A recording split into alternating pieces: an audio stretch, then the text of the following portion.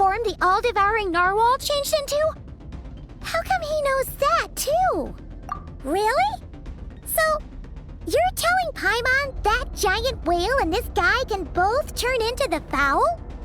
How does that work? It's a subconscious instinct. Any intelligent being who longs for his level of strength is bound to mimic his appearance. It's a natural response after encountering someone as powerful as Master. To them, he represents ultimate power. We know the person before us has encountered Master, and we know he stole a portion of my power. So it's not surprising that he would assume this form. Okay. Oh, the closer Paimon looks, the more intimidating it gets.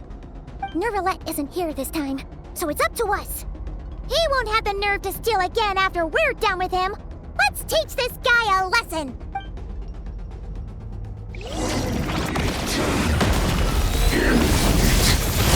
Mine to will.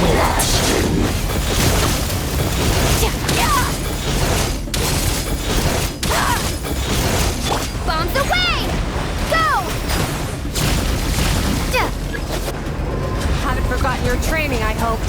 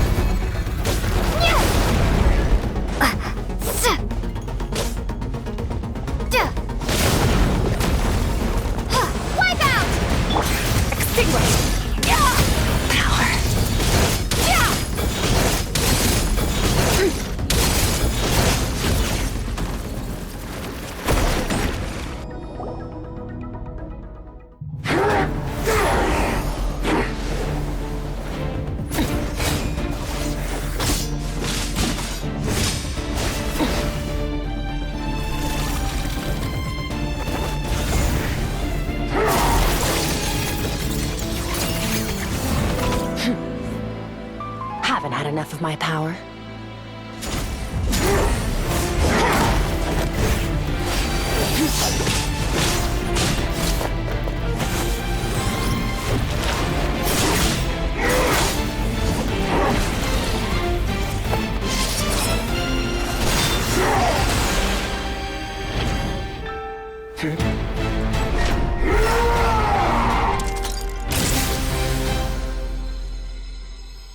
Well then, let's see how much more of this power you can handle.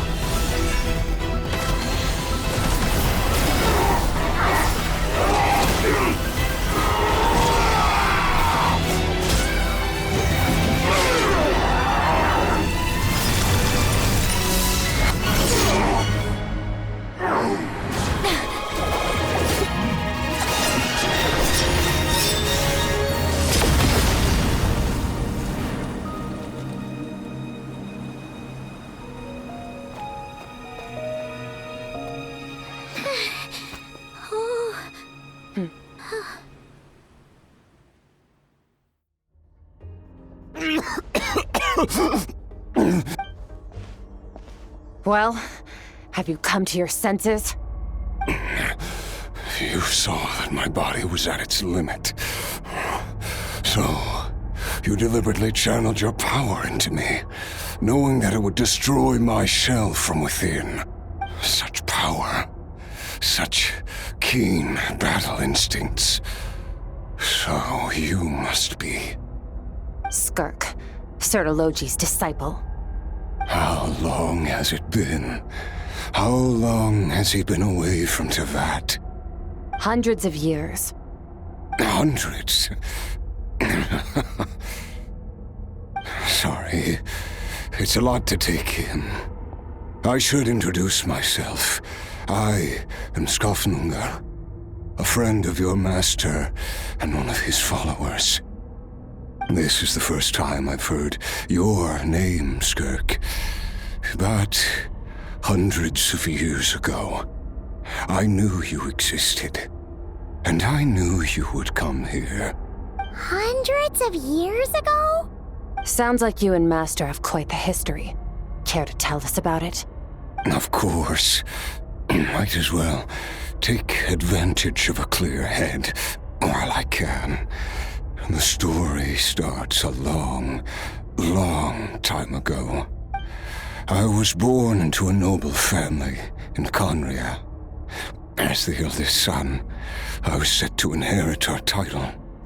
But I contracted an incurable illness as a child, and everyone gave up on me. I trained the sword harder than anyone else, defeated all of my peers. But it was all in vain. When other people looked at me, all I saw in their eyes was pity or a strange glee in my misfortune. Even my parents were just waiting for me to die. Over time, my heart hardened, and I became aimless. That was the point where I met your master, Sertologi. We were similar in age, but different in background. He was born in prison, the son of criminals who had been sentenced to death. He spent his childhood wandering the streets, facing more criticism than the literary works in the Universitas Magistrorum. Yet, he always wore a smile on his face, as if kindness and malice were one and the same, and he could not see the difference. I still remember what he said to me when we first met. You need to fight to survive. Even if it's a losing battle, it should light a fire under you. How can you sit back like this and go down without a fight? That does sound like something he would say. He was the first to acknowledge that I was worth something, and he inspired me to keep going. When we sparred together, it was the first time I'd actually felt the thrill of combat. When I was 10, he stole forbidden research materials and managed to cure my illness. It was like there was nothing in this world he couldn't accomplish. When it came to the human form, he was always intent on pushing the boundaries of possibility. But somewhere along the way, I fell behind. My talents were nothing compared to his, and at some point, I realized he had pulled so far ahead, I was too embarrassed to even ask him to spar. After his grand endeavor was successful, he sought me out and said to me, "This planet no longer holds anything of interest to me, so I'm leaving. But first, I have an offer. I can use a power I have just refined to break the curse of immortality for you. Your death was once what we worked so hard to prevent. But the immortality you now face is a different kind of pain altogether." I'll pass. Immortality doesn't sound so bad to me. Since I can't die, it means I have an infinite amount of time to get stronger. Maybe I'll finally catch up to you one day, and we can spar like we used to. Are you sure? I cannot say when I will return. Your body, or rather, your soul, might not be able to withstand this curse. All I can do is try. After all, a wise man once told me, people need to fight for their own survival. Wise indeed. Nevertheless, if you grow weary of the pain of immortality, and wish to experience a good sparring match before you wither away, seek out my disciple. Disciple? Never thought I'd hear that word coming from you. Nor I. But Vedifenir said I was destined to find a disciple out there in the universe, and bring her to Tibet. You know as well as I, Vedifenir's prophecies are never wrong. Well, now I'm curious about who this disciple of yours will be. All Vedifenir said was that one day, the stars shall bow in her honor. Sounds pretty impressive. Of course.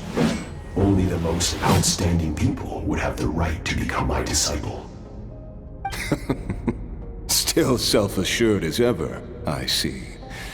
But you're not wrong. I'll be leaving then. Oh, and if you were serious about getting stronger, I left you a little gift in the Primordial Sea. As I've said before, walk whatever path you want. Freedom means even the wicked get to make their own choices. Waiting for me in the Primordial Sea was the all-devouring Narwhal, already beaten into submission by Sertologi. In its weakened state, I was able to cut off part of its flesh and sew it into my own heart. Your heart? That sounds like torture. How did you even survive that? Because, of course, I bear the curse of immortality. So, you used the curse to turn yourself into a vessel for power. Even with that whale's ability, devouring power like that is not something the human body can withstand.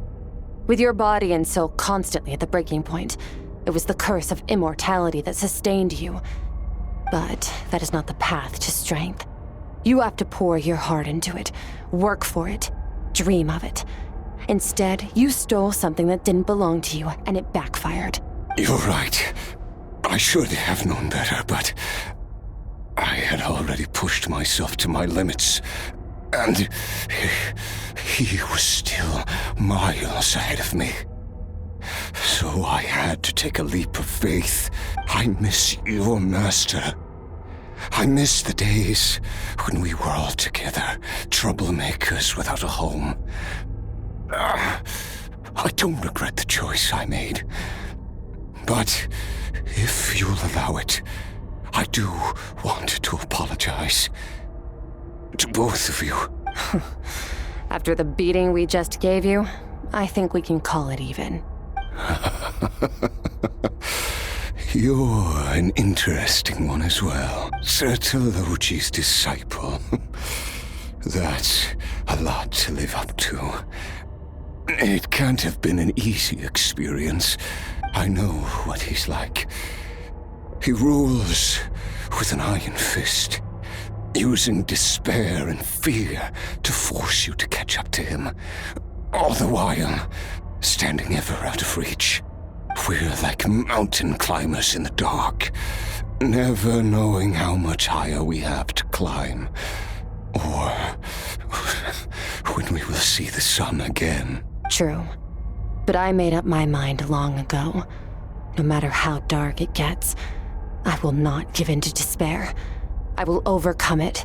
Besides, after hearing your story, I suspect what Master really wants is not a battle that demands his full strength, but rather a defeat without regrets. Oh? Since you're his friend, you must have some things in common.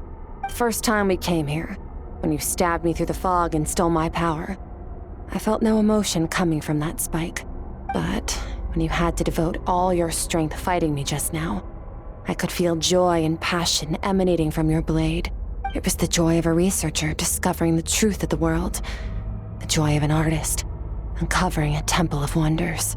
Interesting. I'm certain I didn't express those emotions outright. Yet you were able to read them from my blade, like a glimpse into my inner world. You're right. That battle brought me an unbridled sense of joy, and my defeat brings me no regret whatsoever. Exactly. I think Master also craves a battle like that. One where his opponent forces him to use all his strength, unlock the extent of his potential, and transcend his own limits. A battle to end all battles. After which, all can come to an end, including, perhaps, his life. For that very reason, good and evil are meaningless to him. He has one purpose, one goal: to complete himself. It's one of the secrets to his strength. Perhaps you're right. Perhaps that is his goal. What a battle that would be. Oh, to witness such a... Are you okay? Too many different kinds of power are surging through my body. The curse of immortality allows it all to coexist, but it does not remove the pain. I won't be able to hold on to my sanity for much longer. What a shame. I would have loved to witness that battle. Sir Telogi once offered to free me from this curse. Now, I must ask that of you, Skirk. Can you release me from the pain? I can, but not through death, if that's what you are hoping for. It's not a suitable punishment for your crime. As an alternative, I can take your consciousness, along with all the power you've consumed, and smash it to pieces. The impurities will dissipate, and under the curse of immortality, your mind and body will regenerate. When that process is complete, you will be back to who you were before, no longer tortured by powers you can't control, but it will be a time-consuming and painful process. The decision is yours to make. I accept. And who knows? Perhaps I'll wake up in time to witness your great battle with Sir Telogi. I have faith that you'll be able to stand against him one day. Though I know it'll be a long and arduous road if we are climbers in the dark. It appears the dawn has finally broken for me. But your ascent continues. At least, it looks like you are not alone on your journey. I will reach the top of this mountain, no matter what it takes. And you, Skofnungur, will be my witness at the end of all things. That's finally over. Let's get out of here. Huh! At least we don't have to make a mad dash for the exit like last time.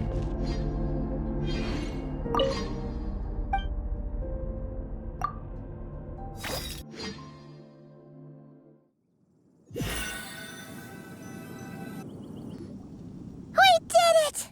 Ah, it's only been a few days, but it feels like forever. Once again, we've proved there's nothing we can't overcome. We're just that awesome. Wow, you sound even more confident than usual. Guess you really have become stronger. Today sure went by fast. It's night already. Oh wait, that reminds Paimon. The stars you mentioned, the ones that died out, are they back now? Yes. The power Skofnungur stole has been returned. So, the stars have regained their light. Great! Huh, it's crazy that you even noticed their light was gone. There are so many stars in the sky. If a few disappeared, Paimon definitely wouldn't be able to tell. I suppose it's because I have gazed upon this sky for centuries. The false stars, hanging in the meticulously planned sky, glittering with rotten light. It's not real. And yet, it is for that very reason that I can look upon it and enjoy the momentary peace it brings. Even the most beautiful of bubbles has to burst. We will return to the real universe one day, whether of our own volition or not. time marches ever forward. Even the innocent and naive will taste life's bitterness. Yet through hardship, we grow until we learn to seize the sands of time for ourselves and uncover our true strength. Though we gaze upon a false sky, its vastness and majesty is palpable. One can only wonder, what is it going to take for kindness to reign supreme in the vast expanse of the universe? Ugh, this is all going over Paimon's head. But if she knows one thing, it's that the Traveler always finds a way. Ever since we met, she has filled Paimon's days with happiness. No matter how tough things get, she always finds a way to make it better. If it's too big a job for one person, then we'll do it with two. And if two's still not enough, then three. We've met so many amazing friends and accomplished so many amazing things. As long as we don't give up, we can make any wish come true. I suppose when it comes to you, anything is possible. Well, I should be going. Now that my power is no longer isolated from my emotions, I need more practice to get used to it. I suppose fate will decide. Maybe we'll bump into each other on the street. Or maybe we'll reunite on a different planet entirely. Regardless, reunions and partings are but passing moments. More than anything, I hope that at the end of this journey, wherever it takes us, we stand in a world reborn, one without war, pain, or forced partings. One where new life can bloom, even where there was once nothing but scorched earth. For this, we must all work to become stronger. If that's what you want to call me, I won't object. Goodbye. Bye!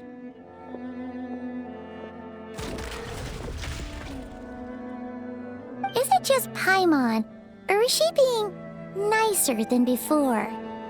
We definitely count as friends after all that, don't you think? Hey, what do you think about camping here tonight? There's nothing quite like sleeping under the stars. Come tomorrow, we can continue our journey. Oh, and since Paimon treated you to that super nice meal at Wanmin Restaurant, it's about time you returned the favor.